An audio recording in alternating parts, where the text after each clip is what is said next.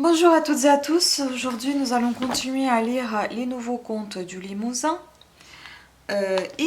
Aujourd'hui, il y aura 3 histoires, dont La gitane et son prince, L'arbre du mage et enfin la magie translucide. En ce printemps 1793, la pluie incessante créait de véritables étangs entre les grosses pierres pavant la cour du château de Rochechouart. Transformé récemment en prison, l'endroit vivait la désolation. Les couloirs étaient vides et lugubres, offerts au vent coulis et autres courants d'air. C'est pourtant ici que chaque jour, le fils du gardien des geôles jouait un solitaire, fendant l'air de son épée de bois. Il se nommait Philippe.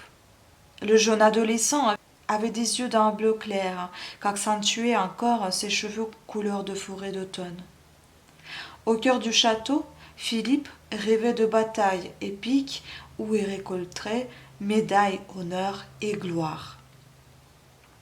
Un soir, qu'il longeait la rivière qu'on nomme la Vaire, il rencontra la fille d'un bohémien.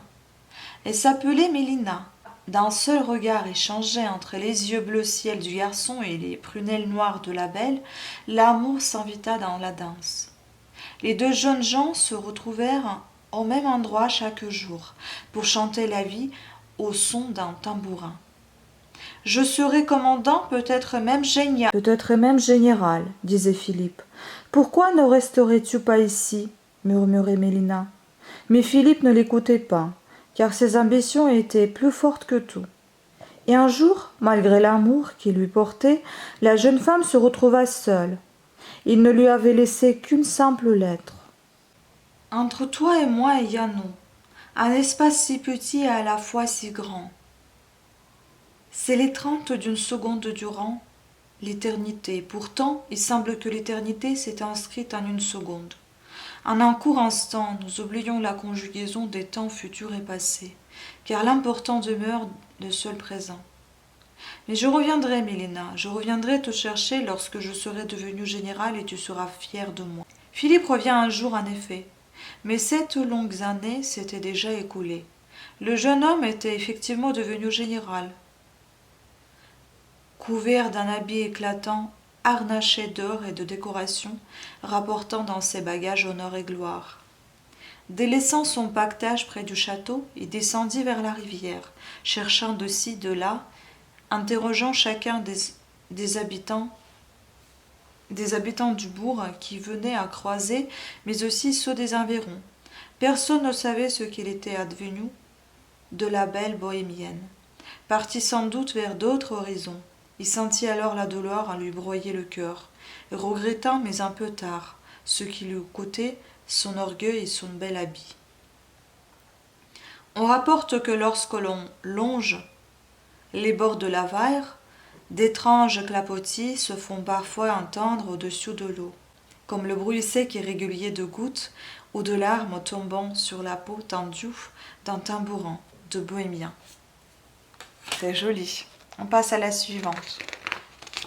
L'arbre du mage.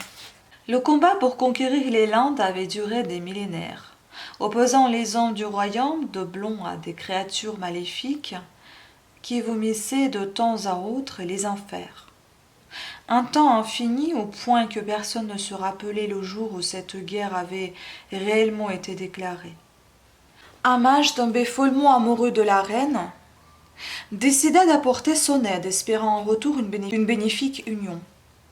Au milieu des hurlements incessants de la tempête, il stoppa net les cohortes ennemies. Par un superbe enchantement, le magicien pétrifia chacune d'entre elles dans un grondement de fin du monde semblable au bruit effrayant de la foudre fendant le sol. Hélas, la souveraine rejeta les avances de l'enchanteur pourtant vainqueur. D'un geste désespéré, celui-ci se transforma en arbre, imaginant ainsi pouvoir attendre des milliers de jours un possible consentement. Une nuit, juste une nuit, à l'issue d'une longue marche à travers le royaume de Blond, la belle évanescente épuisée s'arrêta au pied d'un arbre majestueux qu'elle n'avait pas remarqué jusqu'alors. Elle s'assouplit, la tête posée délicatement contre l'écorce. Dès lors, année après année, les fruits de cet arbre germèrent. Année après année grandit la forêt en offrande à la terre des mondes blonds. Lorsque les hommes traversèrent ce lieu, ils en ressentent par surcroît toute la nostalgie de l'histoire. En effleurant l'écorce d'un arbre, ils sauront se souvenir d'une nuit, juste une nuit, où naquit un amour unique et sans espoir, il y a si longtemps. Et on passe à la dernière histoire aujourd'hui. C'est la magie translucide.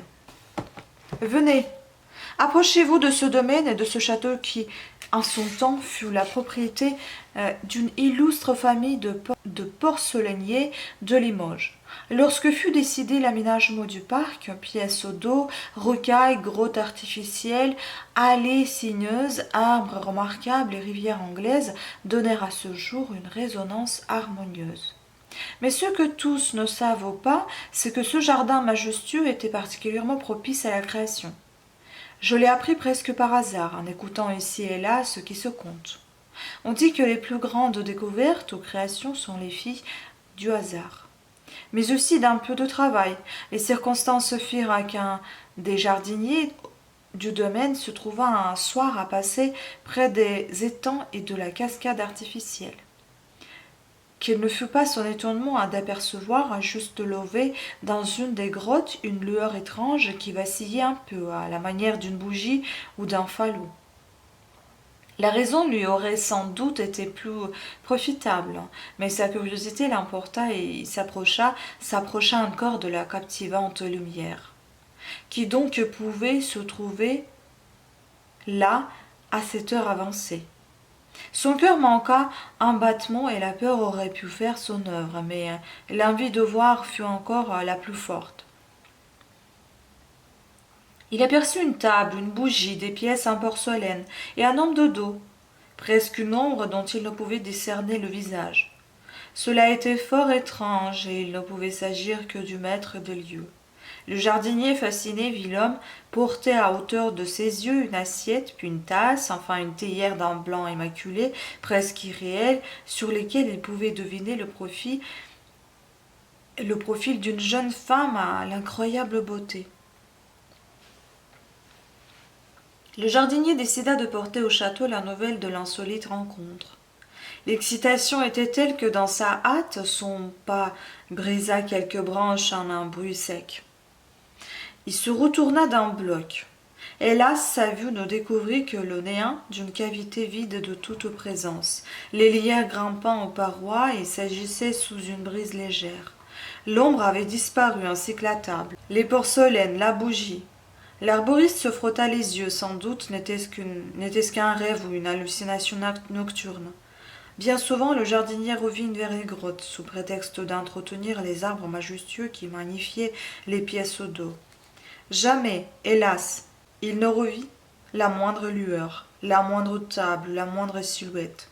Il lui resta juste l'empreinte d'un rêve et la vision de ceux qui pouvaient contribuer à tant de beauté et de perfection dans l'art de la porcelaine, une harmonie parfaite entre l'homme et la matière. Voilà, c'était tout pour aujourd'hui. Je vous remercie beaucoup de votre attention. J'espère que vous avez apprécié ces 3 petites histoires. À la prochaine fois, ciao.